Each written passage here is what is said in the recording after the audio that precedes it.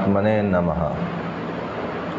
एक ही गंतव्य स्थान पर पहुँचने के लिए अनेक मार्ग हुआ करते हैं। इसी प्रकार फल रूप में एक ही परम वस्तु की प्राप्ति होने पर भी साधन के प्रकारों में अंतर रहता है। कोई एकत्व भाव से सच्चिदानंद घन परमात्मा के निराकार रूप का ध्यान करते हैं, तो कोई स्वामी सेवक भाव से सर्वव्यापी परमेश्वर का चिंतन करते हैं। कोई भगवान विश्व रूप का, तो कोई चतुर्भुज श्री विष्णु रूप का, कोई मुरली मनोहर श्री कृष्ण रूप का, तो कोई मर्यादा पुरुषोत्तम श्री राम रूप का, और कोई कल्याणमय श्री शिव रूप का ही ध्यान करते हैं। अतएव जिस साधक की परमात्मा के जिस रूप में अधिक प्रीति और श्रद्धा हो, वह निरंतर उसी का चिंतन किया करे। परिणाम सबका एक ही है। परिणाम के संबंध में किंचित भी संशय रखने की कोई आवश्यकता नहीं है। साधकों की प्राय दो श्रेणियां होती हैं, एक अभेद रूप से अर्थात एकत्व भाव से परमात्मा की उपासना करने वालों की, और दूसरी स्वामी सेवक भाव से भक्ति करने वालों की। इनमें से अभेद रूप से उपासना करने वालों के लिए तो केवल एक शुद्ध सच्चिदानंद घन पूर्ण ब्रह्म परमात्मा के स्वरूप में ही निरंतर एकत्व भाव से स्थित रहना ध्यान का सर्वोत्तम साधन है। परंतु दूसरे स्वामी सेवक भाव से उपासना करने वाले भक्तों के लिए शास्त्रों में ध्यान के बहुत प्रकार बतलाए गए हैं। ध्यान करने की पद्धति नहीं जानने के कारण ध्यान ठीक नहीं होता। साधक चाहता तो है परमात्मा का ध्यान करना, परंतु उसका ध्यान होता है जगत का। यह शिकायत प्राय देखी और सुनी जाती है। इसीलिए परमात्मा में मन जोड़ने की जो विधियां हैं, उन्हें जानने की बड़ी आवश्यकता है। शास्त्रकारों ने अनेक प्रकार से ध्यान की विधियों के बतलाने की चेष्टा की है। उनमें से कुछ दिग्दर्शन यहाँ संक्षेप में करवाया जाता है। यूँ तो परमात्मा का चिंतन निरंतर उठते बैठते, चलते, खाते पीते, सोते, बोलते और सब तरह के काम करते हुए हर समय ही करना चाहिए। परंतु साधक खास तौर पर जब ध्यान के निमित्त से बैठे, उस समय तो गौण रूप से भी उसे अपने अंतःकरण में सांसारिक संकल्पों को नहीं उठने देना चाहिए, तथा एकांत और शुद्ध देश में बैठकर ध्यान का साधन आरंभ कर देना चाहिए। श्री गीता जी में भी कहा गया है, शुद्ध भूमि में कुशा मृगशाला और वस्त्र है उपयुक्त परि, जिसके ऐसे अपने आसन को न अति ऊंचा और न अति नीचा स्थिर स्थापन करके, और उस आसन पर बैठकर तथा मन को एकाग्र करके चित्त और इंद्रियों की क्रियाओं को वश में किए हुए अंतःकरण की शुद्धि के लिए योग का अभ्यास करे। काया, सिर और ग्रीवा को समान और अचल धारण किए हुए दृढ़ होकर अपनी नासिका के अग्रभाग को देखकर अन्य दिशाओं को न देखता हुआ परमेश्वर का ध्यान करे। ध्यान करने वाले साधक को यह बात विशेष रूप से जान रखनी चाहिए कि जब तक अपने शरीर का और संसार का ज्ञान रहे, तब तक ध्यान के साथ नाम जप का अभ्यास अवश्य करता रहे। नाम जप का सहारा नहीं रहने पर बहुत समय तक नामी के स्वरूप में मन नहीं ठहरता। निद्रा, आलस और अन्यायनय सांसारिक स्फुरणाएं विघ्न रूप से आकर मन को घेर लेती हैं। नामी को याद दिलाने का प्रधान आधार नाम ही है। नाम नामी के स्वरूप को कभी भूलने नहीं देता। नाम से ध्यान में पूर्ण सहायता मिलती है। अतएव ध्यान करते समय जब तक ध्येय में संपूर्ण रूप से तल्लीनता न हो जाए, तब तक नाम जप कभी नहीं छोड़ना चाहिए। यह तो ध्यान के संबंध में साधारण बातें हुई। अब ध्यान की कुछ विधियां लिखी जाती हैं। अभेद उपासना के अनुसार ध्यान की विधि। एकत्व भाव से परमात्मा की उपासना करने वाले साधक को चाहिए कि वह उपयुक्त प्रकार से आसन पर बैठकर मन में रहने वाले संपूर्ण संकल्पों का त्याग करके इस प्रकार भावना करे। पहला, एक आनंद घन ज्ञान स्वरूप पूर्ण ब्रह्म परमात्मा ही परिपूर्ण है, उसके अतिरिक्त और कुछ भी नहीं है। उस ब्रह्म का ज्ञान भी उस ब्रह्म को ही है, वह स्वयं ज्ञान स्वरूप है, उसका कभी अभाव नहीं होता, इसलिए उसे सत्य, सनातन और नित्य कहते हैं। वह सीमा रहित, अपार और अनंत है। मन, बुद्धि, अहंकार, दृष्टा, दृश्य, दर्शन आदि जो कुछ भी है वह सभी उस ब्रह्म में आरोपित और ब्रह्म स्वरूप ही है। वास्तव में एक पूर्ण ब्रह्म परमात्मा के सिवा अन्य कोई भी वस्तु नहीं है। यह संपूर्ण संसार स्वप्न के सदृश उस परमात्मा में कल्पित है। सत्यम ज्ञानम अनंतम ब्रह्म, ब्रह्म सत्य, चेतन और अनंत है। इस श्रुति के अनुसार वह आनंद घन सत्य रूप बोध स्वरूप परमात्मा है। बोध उससे भिन्न कोई उसका गुण या उसकी कोई उपाधि या शक्ति विशेष नहीं है। इसी प्रकार सत्य भी उससे कोई भिन्न गुण नहीं है। वह सदा से है और सदा ही रहता है, इसलिए लोक और वेद में उसे सत्य कहते हैं। वास्तव में तो वह परमात्मा सत्य और असत्य दोनों से परे है।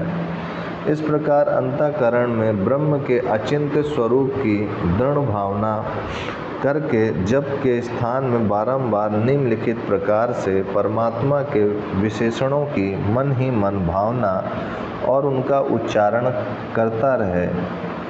वास्तव में ब्रह्म नाम रूप से परे है, परंतु उसके आनंद स्वरूप की स्फूर्ति के लिए इन विशेषणों की कल्पना है। अतएव साधक चित्त की समस्त वृत्तियों को आनंद रूप ब्रह्म में तल्लीन करता हुआ पूर्ण आनंद, अपार आनंद, शांत आनंद, घन आनंद, बोध स्वरूप आनंद, ज्ञान स्वरूप आनंद, परम आनंद, नित्य आनंद, सत आनंद, चेतन आनंद, आनंद ही आनंद, एक ही आनंद, इस प्रकार ब्रह्म के विशेषणों का चिंतन करता हुआ इस भावना को उत्तरोत्तर दृढ़ करता रहे कि एक आनंद के सिवा और कुछ भी नहीं है।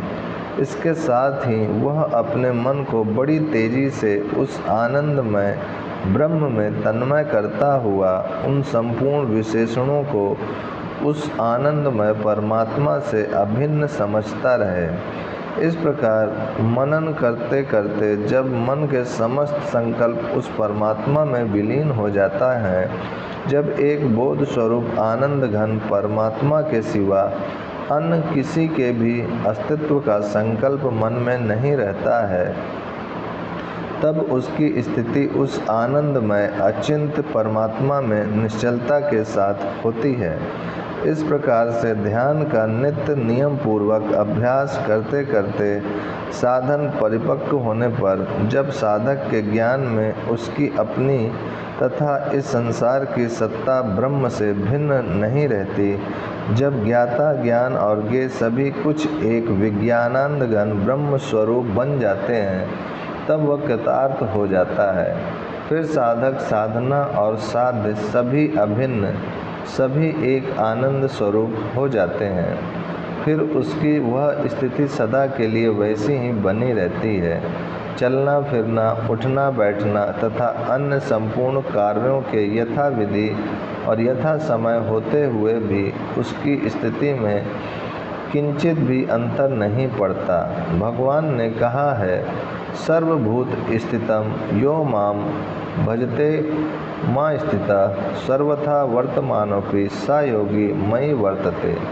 जो पुरुष एक ही भाव में स्थित हुआ संपूर्ण भूतों में आत्म रूप से स्थित मुझ सच्चिदानंद घन वासुदेव को भजता है, वह योगी सब प्रकार से बरतता हुआ भी मेरे में ही बरतता है। क्योंकि उसके अनुभव में मेरे सिवा अन्य कुछ है ही नहीं। वास्तव में वह किसी भी समय संसार को या अपने को ब्रह्म से अलग नहीं देखता, इसीलिए उसका पुनः कभी जन्म नहीं होता, वह सदा के लिए मुक्त हो जाता है। गीता में कहा है, तद्रूप है बुद्धि जिनकी तथा तद्रूप है मन जिनका, और उस सच्चिदानंद घन परमात्मा में ही है निरंतर एक ही भाव से स्थिति जिनकी, ऐसे तत्परायण पुरुष ज्ञान के द्वारा पाप रहित हुए अपुनरावृत्ति को अर्थात परम गति को प्राप्त होते हैं। यही उपयुक्त ध्यान का फल है। अभेदोपासना के ध्यान की दूसरी युक्ति। बुद्धिमान पुरुष को चाहिए कि वह वाणी आदि संपूर्ण इंद्रियों का मन में निरोध करे, मन का बुद्धि में निरोध करे, बुद्धि का महातत्व में अर्थात समष्टि बुद्धि में निरोध करे, और उस समष्टि बुद्धि का निरोध परमपिता शांत परमात्मा में करे। एकांत स्थान में बैठकर दसों इंद्रियों के विषयों का उनके द्वारा ग्रहण न करना अर्थात संपूर्ण इंद्रियों के व्यापार को रोककर मन के द्वारा केवल परमात्मा के स्वरूप का बारंबार मनन करते रहना ही वाणी आदि इंद्रियों का मन में निरोध करना है। इसके बाद मनन किए हुए परमात्मा के स्वरूप के विषय में जितने भी विकल्प हैं उन सब को छोड़कर एक निश्चय पर स्थित होकर चित्त का शांत हो जाना, यानी अंतःकरण में किसी भी चंचलात्मक वृत्ति का किंचित भी अस्तित्व न रहकर एकमात्र विज्ञान का प्रकाशित हो जाना, मन का बुद्धि में निरोध करना है। ध्यान की इस प्रकार की स्थिति में ध्याता को अपना और ध्येय वस्तु परमात्मा का बोध रहता है, परंतु इसके बाद जब उस सर्वव्यापी सच्चिदानंद घन पूर्ण ब्रह्म के स्वरूप का निश्चय करने वाली बुद्धि वृत्ति की स्वतंत्र सत्ता भी समष्टि ज्ञान में तन्मय हो जाती है, जब ध्याता ध्यान और ध्येय का समस्त भेद मिटकर केवल एक ज्ञान स्वरूप पूर्ण ब्रह्म परमात्मा के स्वरूप का ही बोध रह जाता है, इसी अवस्था को बुद्धि का समष्टि बुद्धि में निरोध करना कहते हैं। इसके अनंतर एक और अनिवर्चनीय स्थिति होती है, जिसमें ध्याता ध्यान और ध्येय का भिन्न संस्कार मात्र भी शेष नहीं रहता। केवल एक शुद्ध बोध स्वरूप सच्चिदानंद घन परमात्मा ही रह जाता है। उसके सिवा अन्य किसी की भी भिन्न सत्ता किसी प्रकार से भी नहीं रहती। इसी का नाम समष्टि बुद्धि का शांत आत्मा में निरोध करना है। इसी को निर्बीज समाधि शुद्ध ब्रह्म की प्राप्ति या कैवल्य पद की प्राप्ति कहते हैं। यही अंतिम स्थिति है। वाणी इस अवस्था का वर्णन नहीं कर सकती, मन इसका मनन नहीं कर सकता, क्योंकि यह मन वाणी और बुद्धि के परे का विषय है। यही मोक्ष है। इस स्थिति को प्राप्त करके पुरुष कृतकृत्य हो जाता है। उसके लिए फिर कोई भी कर्तव्य शेष नहीं रह जाता। श्री गीता जी में भी कहा है, जो मनुष्य आत्मा में ही प्रीति वाला और आत्मा में ही तृप्त तथा आत्मा में ही संतुष्ट होवे, उसके लिए कोई भी कर्तव्य नहीं है। अभेदोपासना के अनुसार परमात्मा का ध्यान करने के और भी बहुत से प्रकार हैं, परंतु लेख का आकार बढ़ जाने के कारण और नहीं लिखे जाते हैं। सबका आशय पराया एक ही है। एकत्व भाव से उपासना करने वाले के लिए श्री गीता जी के इस श्लोक को निरंतर स्मरण रखना अत्यंत लाभप्रद है। वह परमात्मा चराचर सब भूतों के बाहर तथा भीतर परिपूर्ण है। चर अचर रूप भी वही है। वह सूक्ष्म होने से अभिज्ञेय है तथा अति समीप में और दूर में भी वही स्थित है। जैसे सूर्य की किरणों में स्थित हुआ जल सूक्ष्म होने से साधारण मनुष्यों के जानने में नहीं आता है, वैसे ही सर्वव्यापी परमात्मा भी सूक्ष्म होने से साधारण मनुष्यों के जानने में नहीं आता। वह परमात्मा सर्वत्र परिपूर्ण और सबका आत्मा होने से अत्यंत समीप है। श्रद्धा रहित अज्ञानी पुरुषों के लिए न जानने के कारण बहुत दूर है। अतएव जिनकी अभेद उपासना में रुचि हो, उन साधकों को उपयुक्त प्रकार के साधन में शीघ्र ही तत्पर होना चाहिए। ओम शांति शांति शांति।